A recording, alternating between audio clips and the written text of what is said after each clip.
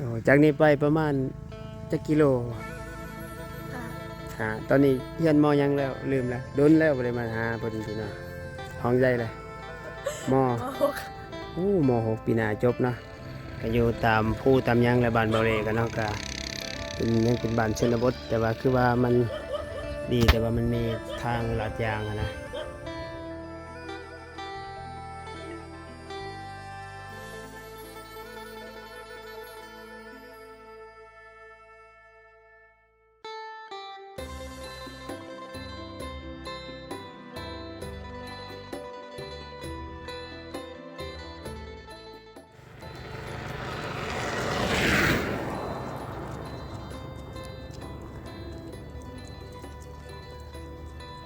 บรรยากาศทางบ้านหนาวหลายยามเช้าทุกคนยามกลางคืนมันจะลบอยู่ประมาณ7องศา8องศาเนาะความหนาวสบายดียามเช้าเด้อ14ทุกคนสบายดีปีใหม่นี้เบาเลยก็ขอให้ทุกคนจงมีสุขภาพแข็งแรงร่ำรวยเด้อเพื่อทุกคนมันจะเป็น FC ทางภายในและต่างประเทศเนาะที่ติดตามเบาเล่มาตลอดขอบคุณ FC หลายที่ติดตามผลงานเบาเล่มาตลอดเนาะนี่ก็เป็นบรรยากาศบ้านเบาเล่พี่น้องหนาวหลายก็ถ่ายให้เบิ่งฝากติดตามคือเก่าเด้อ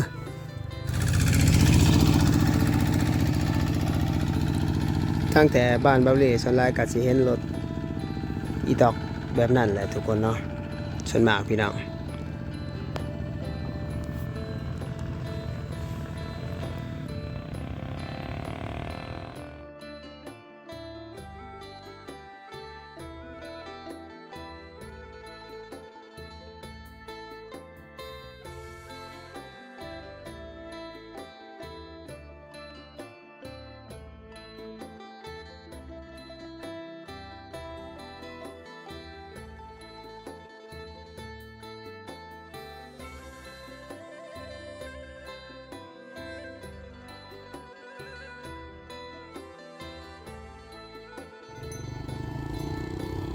บรรยากาศบ้านเบาเล่ยามมื้อเช้าพี่น้อง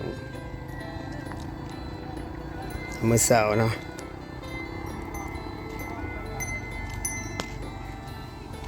เดี๋ยวสิพา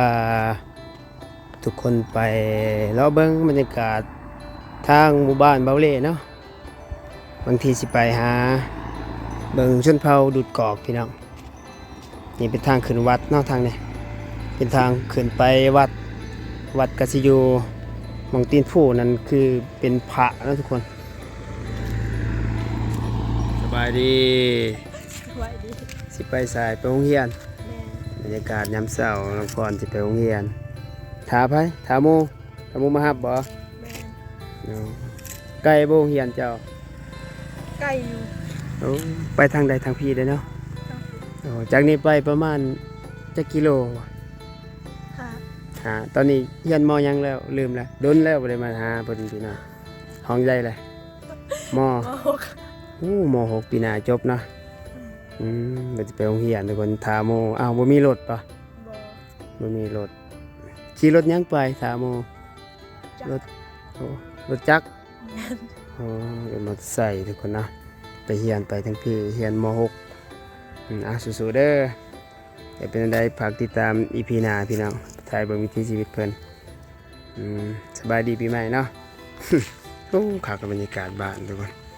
พอน้องพรเพิ่นก็เลยสิไปโรงเรียนถาโมอยู่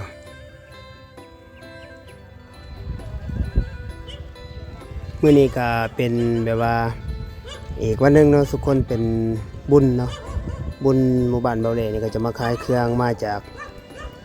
ทางอื่นเนาะทางตัวเมืองมาขายเครื่องว่าเป็นบุญบ้านประจำปีนะทางบ้านเบาเล่ทุกคนก็ประมาณนี้แหละก็อยู่ตามผู้ตามหยังและบ้านเบาเล่กันเนาะก็ยังเป็นบ้านชนบทแต่ว่าคือว่ามันดีแต่ว่ามันมีทางลาดยางนะ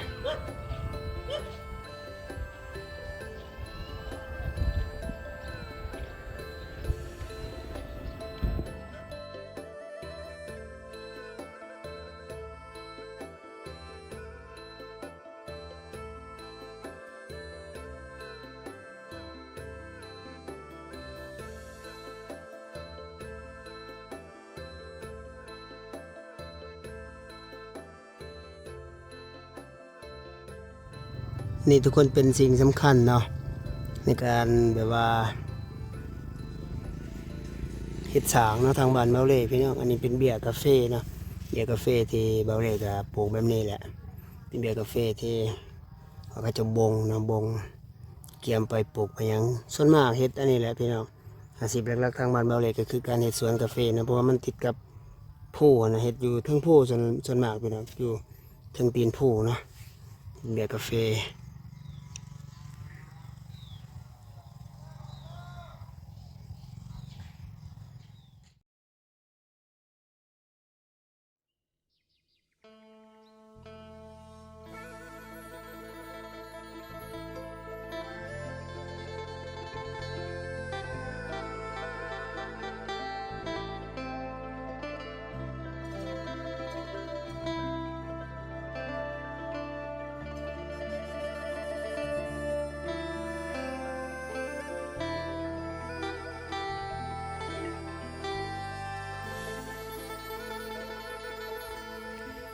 ทุกคนนี่เป็นแบบว่า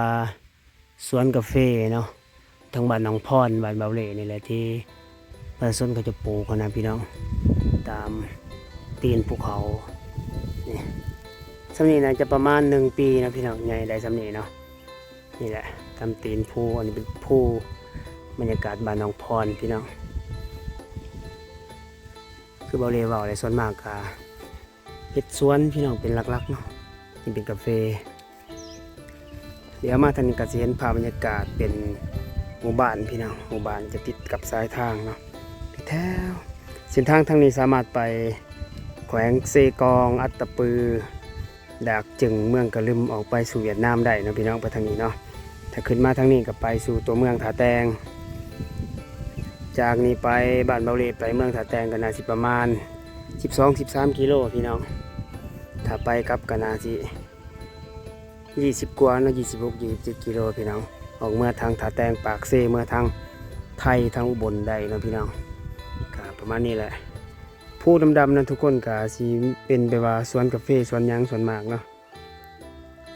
เฮ็ดเป็นแบบนั้นพี่น้องด้านนี้เป็นผู้ติดกับหมู่บ้านเนาะห้างนกแอ่นห้างนกนางแอ่นพี่น้องข้างบนนั้นตามหินหลายๆเลยเดี๋ยวมีโอกาสมีเวลาสิขึ้นไปแล้วก็ถ่ายภาพมุมสูงให้เบิ่งเนาะเป็นไว้แน่หมู่บ้าน